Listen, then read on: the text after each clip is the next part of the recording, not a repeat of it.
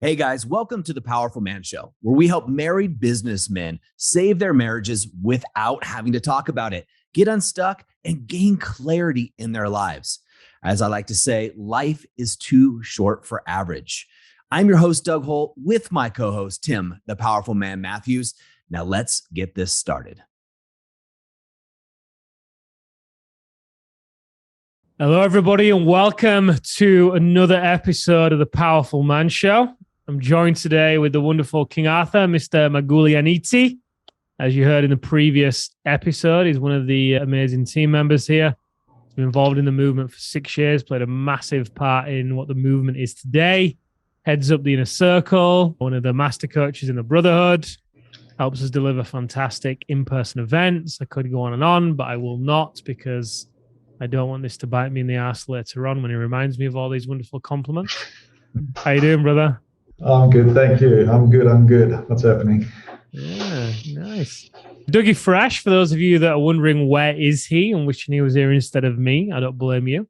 But he is driving across the US. So he set off on a road trip last Tuesday. So it is now 10 days ago since he set off. He left the West Coast. He left the TPM ranch at Oregon, and he's driven across the US, into Canada, down into New York, catching up with a lot of the men, their wives, their families who have so kindly offered to share their experience with TPM. And he's had the wonderful opportunity of going and meeting all of those amazing families. And the pictures as they're coming in are just awesome. Just seeing this road trip. Yeah. Lucky guy. Oh, if he was here, I think he'd agree, but he'd also tell you about the 12 hours a day of driving.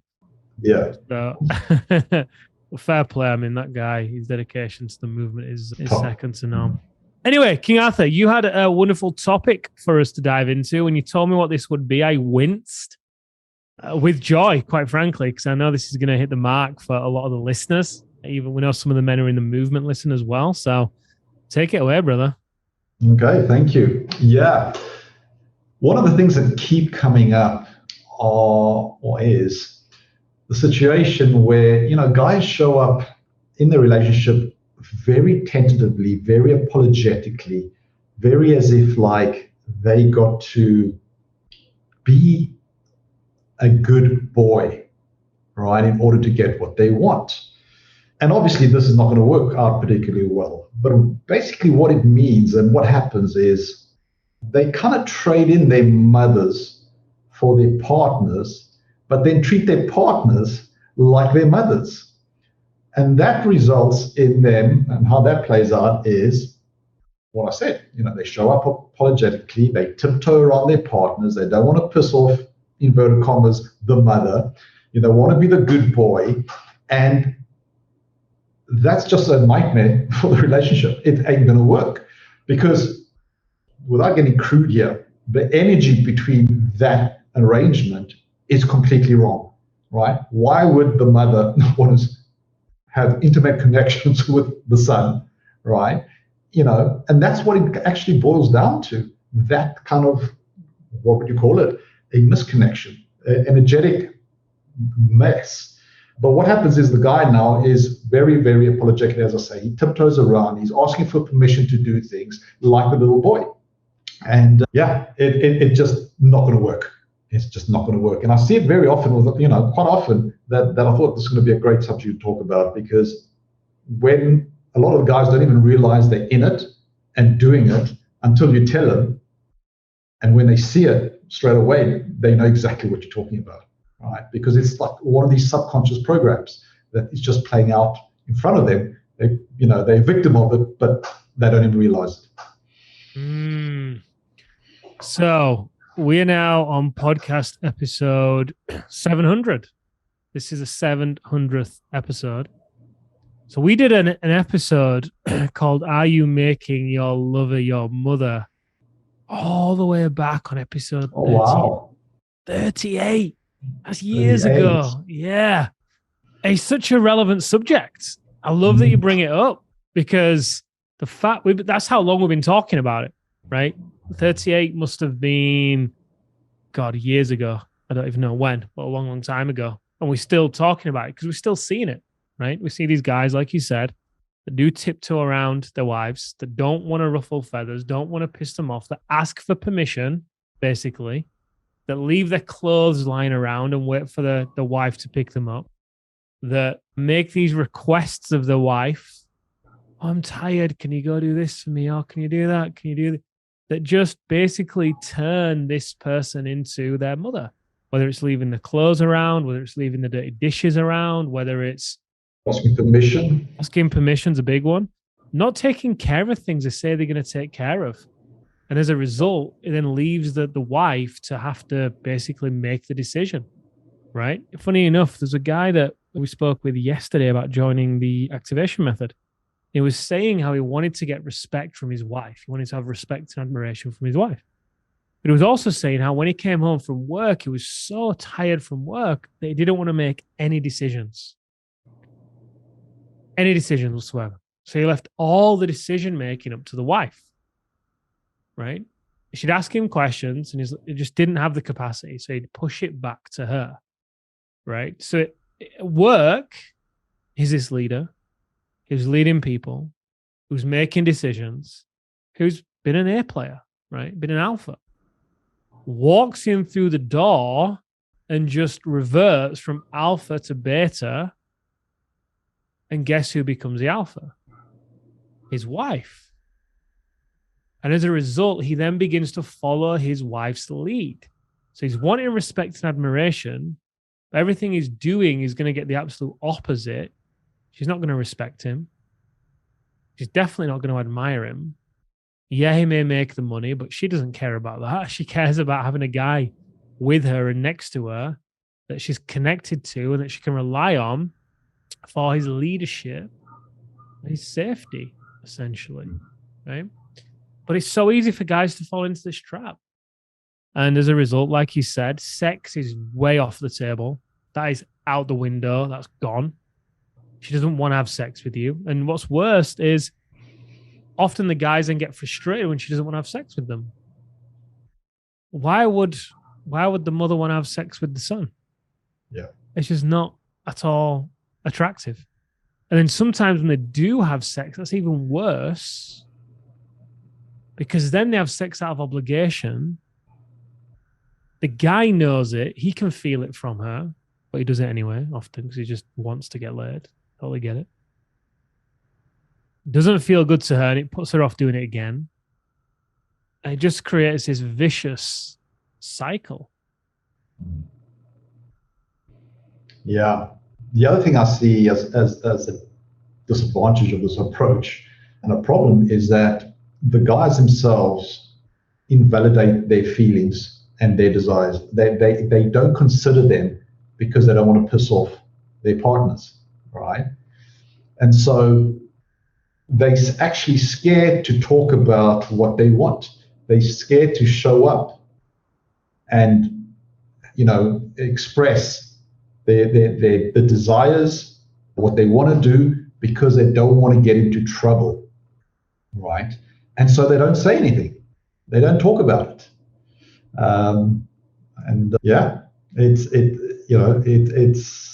It's a sad state of affairs. So what advice would you give? Let's say there's a guy listening to this, he's fallen into this trap, right? What advice would you give him to get out of it? Well, I think number one is obviously become aware of if you've been playing out in this scenario, right? If that is the energy that you've been showing up. The other thing is you've got to realize that what you want, what your desires and all of that, your feelings, they are valid, right? You're a human being, they are valid. You get to express them, right? Not ignore them because the other person is going to get upset, right? So you have to have the confidence, the belief in yourself that you deserve to have your feelings heard and validated and your desires met, right? Okay, obviously mutually accepted from conversations and everything and all of that caveat, but not ignore them and not to be scared to talk about them because of what's going to come back. And then, yeah, as Tim alluded to earlier on, you've got to step up as the leader in that relationship. You're not the little boy anymore, you're the man. And so what does that mean? What does it mean to be a leader? Well, it means, you get to make decisions around the house. You get to make things happen around the house. What needs doing? You get to step up and do those things, not waiting for somebody else, i.e. the mother, to take care of things around the house that need doing, but can't be bothered to step up and do it. Light out like light bulbs burnt out for weeks. I'm not going to change it. Someone will change it. Someone will pick up the clothes. Someone will take out the rubbish. Someone will do all of the stuff. But Agnoseki, you are that someone. And that's part of your role as a leader. And so if you're not going to do that, then you can't expect to get anything from your partner. Yeah. So step up as leader, but make sure that you are holding firm on what it is that you want, and and express your feelings as well. Right? A lot of guys just feel like they can't do that. They're not allowed to do that. Of course you're allowed. Yeah. I love that. Yeah, start small, guys. Start small. Start tidying up after yourself. Put your plate in the dishwasher instead of on the side. Rinse it before it goes in the dishwasher. Pick your clothes up after yourself. Put your clothes in to wash. Just bring these little things, these little leaks that you have, plug the little leaks, right? Just start to bring things to completion, even in the small ways. She's going to notice that you're doing this. Don't make a big song and dance about it. Just start to clean up after yourself, right? If you don't have your ARS in place, get your ARS in place. ARS is Alpha, Rise, and Shine. It's one of the tools that we give the men in the activation method. It's what a lot of the men rely on in the movement, even guys that have been with us for 4 years. It's a key pillar in setting your day up for success. It'll give you the energy, right, to be able to go about the day and bring these things to completion. But regardless, start small. Pick up after yourself. Pick up your clothes, your dishes, put them in a dish, whatever it may be, right? And then you have to change that paradigm of I'm too tired to make decisions when I get home. I get it. Arthur gets it. Yes, it's tiring to be making decisions all day. And yes, you may walk in through the door and get asked some questions that you think are just ridiculous, that you don't need to answer. And surely she could have answered them herself. But the fact that she's asking you for an opinion is a great sign. That's a really good sign, because she's defaulting to your leadership in that moment. She's seeing you as a leader and she's giving you an opportunity to lead. So just have an opinion. If you get it wrong, cool, but just have an opinion. Make a decision, right? It doesn't need to be perfect, but just have an opinion. Make a decision. And if it's wrong, cool. Well, that's your opinion. Own it. To Arthur's point, your feelings, your emotions, your experience, it's valid, right? Now, the other thing you can do, and this is one of the tools we give the men in the activation method, it's the alpha decompression. It's what you can do at the end of the day. Now, some guys choose to do this on the drive home from the office. Some guys choose to do it when they get home before they walk in through the door. But the purpose of the alpha decompression is to basically sign off your work day, refocus yourself for the evening ahead, set an intention for the evening ahead, and stack your wins for the work day as well, by the way. That's important. And prioritize the following day so you can close that loop. Personally, for me, I like to turn my phone off. My phone goes off around 8 p.m. Doesn't come on again until 8 a.m. Because I've learned if I keep it on, I'm going to go on it. I just am. I've tried flight mode. I've tried all sorts of things. Doesn't work for me. I've figured, hey, if there's an emergency, people will call Amelia. There's not going to be an emergency at work. It'll be with the family. They'll call Amelia. So my phone goes off. That's when I'm doing really well. My phone's off. But that helps, right? But the alpha decompression, just going back to that, once you've signed off today, stack the wins, prioritize tomorrow, that's where you then want to get into a good state. Whether you do breathing, you could do box breathing. Breathing in for 4, hold for 4, out for 4, hold for 4. You could do Wim Hof breathing. You could have a cold shower. You could go for a jog. You could go for a walk. There's all sorts of things you could do that don't take very long. These can be done within 10 minutes max. A jog, yeah, you could sprint. You could do all sorts for 10 minutes, right? Reminds me of a story that Doug often shares about a friend of his when he used to live in Santa Barbara. He used to, very successful businessman. He'd arrive home from work and the door would be locked and his trainers would be on the outside. And his wife would only let him in the house once he'd been for a run. What a technique. So he'd go for a run, he'd come back and have a great evening, right? He'd shift his state. You get energy from doing these things. So you have to, if you're experiencing this issue of making basically your wife your mother, your lover your mother, and you're aware of it, this is resonating with you, you have to break the pattern. You just have to get out of the story that you're too tired to make decisions. That has to end, right? Alpha decompression, controlling your state is a great way. And the other thing that comes to mind is using triggers. We've spoken in the past, right? Whether you might work from home, and that's a blessing and a curse, as a lot of you will know. One thing that I like to do is I change my clothes when I finish my work day. Change them. Get out of the certain things I wear for my work day into something more relaxing. Doug has a sign above his office. When he walks out of the office, it says playtime. When he walks into the office, it says game time. So he taps it. If he's coming in, taps it for game time, gets into focus mode for work. If he's on his way out, taps it for playtime. There's lots of different things you can do. The alpha decompression can be an anchor in itself. And the fact that you're going to set an intention of how you want the evening to go and the role you're going to play and how you are going to be a leader that evening and how you are going to have an opinion, how you are going to make decisions, and how you are going to tidy up after yourself, and how you are going to be consistent with your bedtime, and how you are going to do all these things, typically you're going to find ways to live into that. But you have to break the cycle of making your lover your mother because you think it's the easiest thing to do and you think it's what she wants. She doesn't. She doesn't want it. She would much rather you lead and get it wrong than you be passive. Much rather you lead and get it wrong, and she'll shit test you if you get it wrong. But she'd much rather you lead and get it wrong than be passive. Anything else on this topic, Arthur? Yeah, no, I think you just said it there. You got to choose to be active instead of passive, right? If you're passive, that's a slippery slope. You've got to be active. You've got to take the leadership role. You've got to step up, and you've got to be firm in what you believe, in what you want, and be able to express that and have it validated from the other person. Otherwise, what's the point of being in a relationship?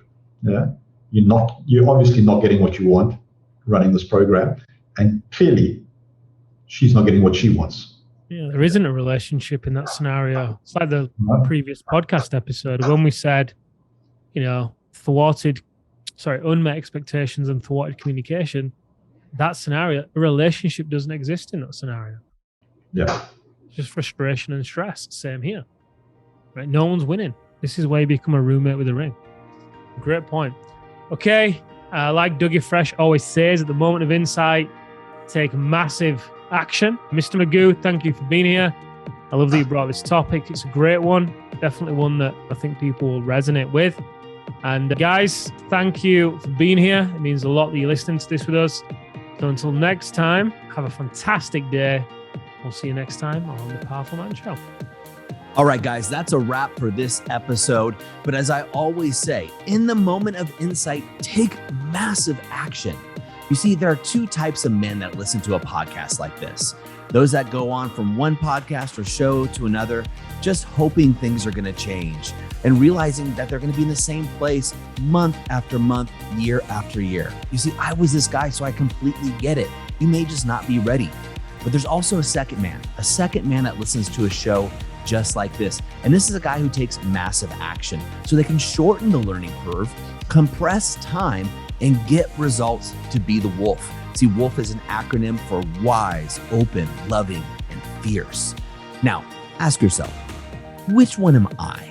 And just be honest with yourself there. And there's no judgment on my end, but if you're ready to move from deactivated deer mode, which is defend, excuse, explain, react, to activated wolf, wise, open, loving, and fierce, then go over to thepowerfulman.com/grow and go there now. In fact, I'll make it super easy for you. I will even put the link right in the description here, so you can just click it and go over there now to learn more. Guys, in the moment of insight, take massive action. Go from deactivated to activated, because like I said, life is too short for average. And I'll see you on the next episode.